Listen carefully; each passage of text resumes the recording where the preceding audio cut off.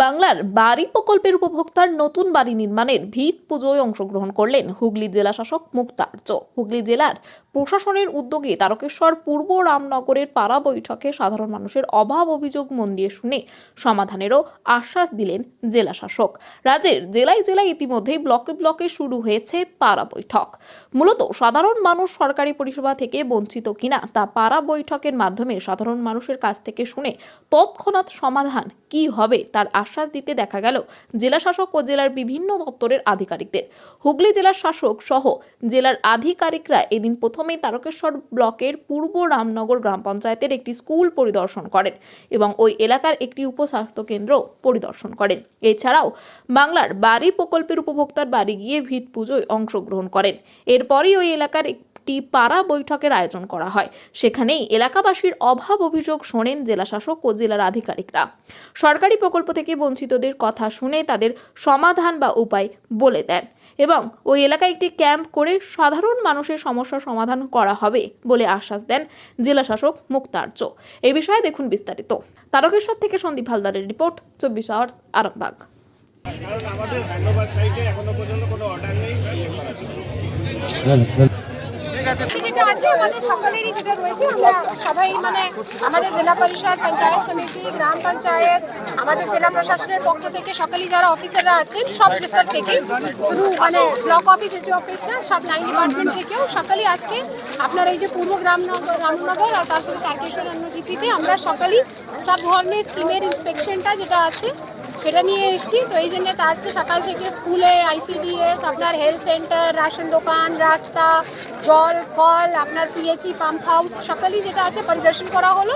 তারপরে এই গ্রামের মধ্যে বসে যাতে লোকের কি আছে কিনা, ওনাদের মানে সুখের কথা কি সমস্যাটা, যদি কোনো সমস্যা সেটা এখানে শুনে বসা শোনা হলো।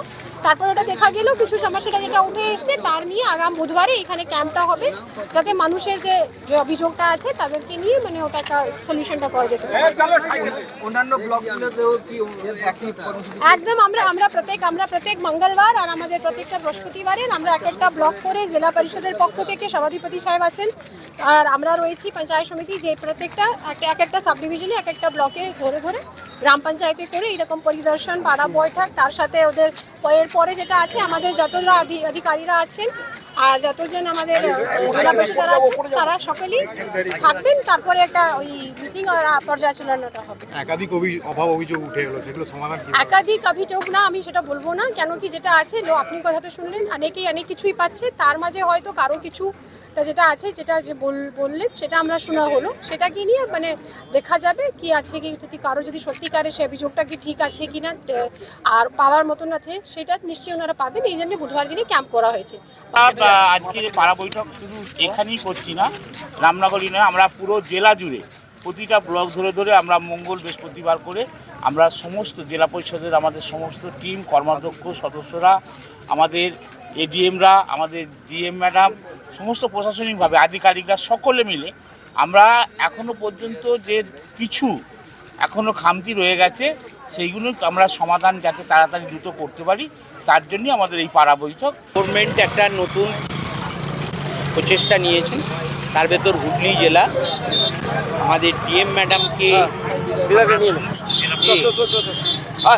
উনি বিভিন্ন ব্লকে যাচ্ছেন, দিয়ে পশ্চিমবঙ্গ সরকারের যে প্রকল্পগুলো আছে সেই প্রকল্পের কারা কারা পেয়েছে আর কারা এখনও পায়নি সেইগুলো একদম পাড়া বৈঠকের মধ্যে জানতে চাইছে এবং টোটাল আধিকারিকদেরকে নিয়ে আসছে সঙ্গে সঙ্গে সব ডিপার্টমেন্টে।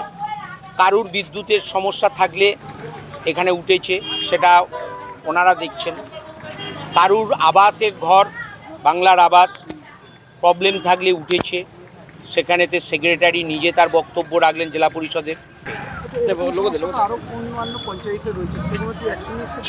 হ্যাঁ, এখানেতে 10টা গ্রাম পঞ্চায়েতের প্রধান, উপপ্রধান, পঞ্চায়েত সমিতির সভাপতি, সহসভাপতি, পঞ্চায়েত সমিতির সব কর্মাধ্যক্ষ, জেলা পরিষদের সব কর্মাধ্যক্ষ এখানে উপস্থিত। সন্তানের পরে মন বসছে না, প্রচুর পরিশ্রম করেও আপনি আশানুরূপ পারিশ্রমিক পাচ্ছেন না, যার ফলে আর্থিক সংকট আপনার জীবনে দুঃখ এবং চাপের ছায়া ফেলেছে। দেনার ভারে জর্জরিত স্বামী স্ত্রীর মধ্যে প্রতিনিয়ত ভুল বোঝাবুঝি বেড়েই চলেছে। নতুন বাড়ি কিনেছেন, কিন্তু সেই স্বপ্নের বাড়িটা যেন আরো দুর্ভোগ নিয়ে এসছে আপনার জীবনে। আপনি ভাবছেন সস্তায় পাওয়া বাড়িটা নেওয়াটাই কি সঠিক সিদ্ধান্ত ছিল? এমনই সব দ্বিধাদ্বন্দ্ব এবং জীবনের কঠিন মুহূর্তে আপনাকে সঠিক পথে পরিচালিত করবেন আন্তর্জাতিক খ্যাতিসম্পন্ন স্বর্ণপদক ও স্বর্ণ মুকুটপ্রাপ্ত ডক্টর অজয় শাস্ত্রী। তিনি শুধু আপনাকে পথই দেখাবেন না, আপনার জীবনে সত্যিকারের সুখ, শান্তি, ঐশ্বর্য, অর্থ যেন সঠিক সময় আপনার কাছে পৌঁছে দেয় সেই দায়িত্বও নেবেন। তার অভিজ্ঞতা এবং জ্ঞানের আলোতে আপনার জীবন হয়ে উঠতে পারে নিরুদ্বেগ ও সমৃদ্ধির পথে ধাবমান। তাই আর দেরি নয়, স্ক্রিনে দেওয়া নাম্বারে এখনই ফোন করে ডক্টর অজয় শাস্ত্রীর সাথে যোগাযোগ করুন। কে জানেন, হয়তো একটি মাত্র ফোনই আপনার জীবনকে বদলে দিতে পারে।